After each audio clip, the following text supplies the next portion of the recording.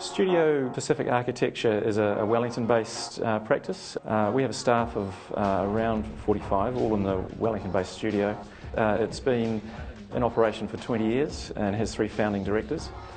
And in that time we've undertaken a range of scales across a broad breadth of project types, many of them award-winning projects spanning from master planning and urban design through commercial, civic projects, cultural projects, and down through into residential schemes as well.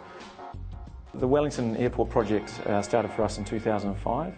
The airport as an infrastructure company or an airport has to deal with medium-term planning, I guess, in that arriving at built projects, they have to be ready in time for increased capacity.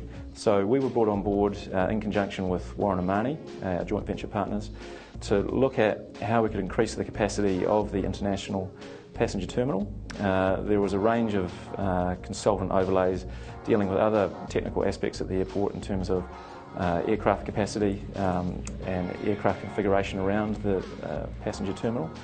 And independent studies arrived at an increase from 6 to 8 aerobridges. And it was really that generation as an external design constraint that went on to inform our process of arriving at a passenger terminal expansion and the design of it.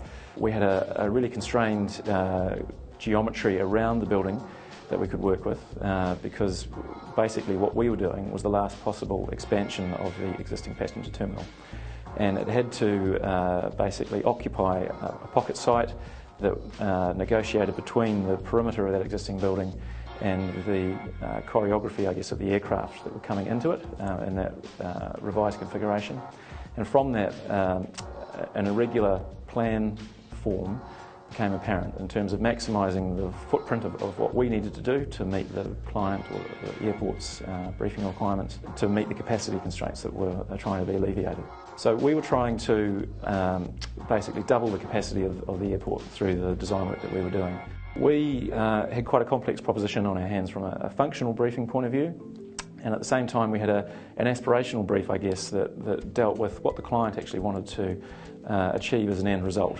What was this building going to be? And the overlay across all those functional issues was it had to be a building that had a lot of character to it, that was an edgy building. That was something that came into the briefing process, that was basically identifiable with Wellington. What they didn't want was something that was a generic airport building. And as part of our process, we had to look at what is a typical airport building. Certainly at the time, in 2005, when we looked around, there was a lot of reference to buildings that referenced flight, and so by that we mean a strong roof form that basically opened up to the view. There's a lot of glass, a lot of the interior finishes were very clean. So it was quite light structures typically, but at the same time they were relatively placeless. You didn't know where you were in a lot of these buildings. There's nothing about it that signified where you were in the world. And our client, Wellington Airport, wanted a building that was the opposite to that. They wanted this personality, this building that said that you were in Wellington and that responded to the Wellington context. Wellington Airport is on the coast, which in itself became a strong driver for the conceptual origin of the scheme. And with that coastal location comes a rawness and a ruggedness that it has to respond to. Certainly not only the coastal form, but also the environment that it operates in. And Wellington as a city is known for fresh air, I guess you'd say, which comes from vigorous weather. So it had an extreme environment that it operated in, and this building had to respond to that. And one of the ways that we did that was looked at landform on the south coast, where the airport is located, and derived a building that had metaphors or references to that landform, to the coastal form around the airport. At the same time, it made a really strong statement about anchorage into the land as opposed to a building that was all about flight. And I guess as these themes emerged and it had to deal with these functional requirements that I've spoken about earlier, a form of the building arrived that had to respond to the irregular floor plate, the irregular building line that it could operate within. It became apparent early on that this wasn't going to be an orthogonal building or a rectilinear extension to an existing building. It had to be something different to occupy the maximum amount of area possible to deliver on the briefing constraints that it had. It really took a counter position, I guess, to a lot of those other international moves that were being made at the time. We actually investigated the concept of the building and the form of the building as a physical modelling process. At the time, that was the best way just to test the ideas robustly in terms of the external form and presentation of the building, and then actually had the physical model that sat in front of us.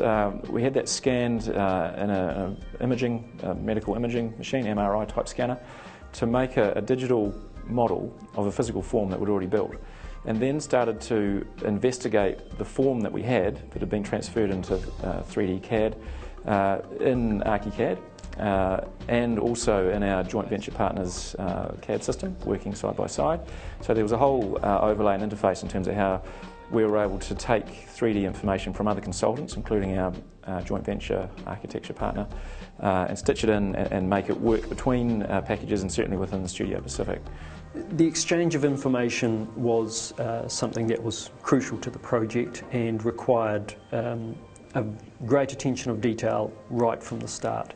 Because ourselves and Warren and Mahoney were using different CAD software, we had to decide on a format, an information format that both practices were happy with and that both practices could generate and receive with a minimum of fuss. We had to present a product that gave the client confidence that the architectural team in a joint venture capacity was working well, which it did. And I guess a part of the key part of that actually succeeding was the way that ArchiCAD was able to communicate and deal with that transfer of information back to other packages. We actually took it out of ArchiCAD at that point and took information from ArchiCAD and started generating a more refined physical model again for presentation back to the client, and also to test out our ideas further and just see how far we could keep pushing the conceptual basis and how that was being articulated in the building that we were arriving at. And once we arrived at a point that we were happy with, the client was engaged with, and we knew that the scheme had legs basically, we then took what we had back into ArchiCAD and started working through the scheme in a lot more detail. The 3D model that was scanned gave us the footprint, you could say, a 3D footprint that we could work from to generate the next level of information, a level of information that we could work with in ArchiCAD to then again generate the next level of information. In particular, we went from there to adding a thickness to the model. So we were allowing for the structure, the steel work that would be holding up this model being built in. We then allowed for the roof line on top of that, the waterproofing effectively. We allowed for the interior lining as well, and creating this zone. So it went from a 3D blob that, while it had form, had very little information, to a quite complex layered model that had these different levels of information. And so it was critical that ArchiCAD worked well, and it did. We looked for a long time at what construction documentation and sequence of documentation the contractor would need to build the building. And off that we came to realise that we had a process where we knew from the complex building it could be reduced down to a kit of parts, and effectively the complex geometries in all instances reduced down to triangulated components.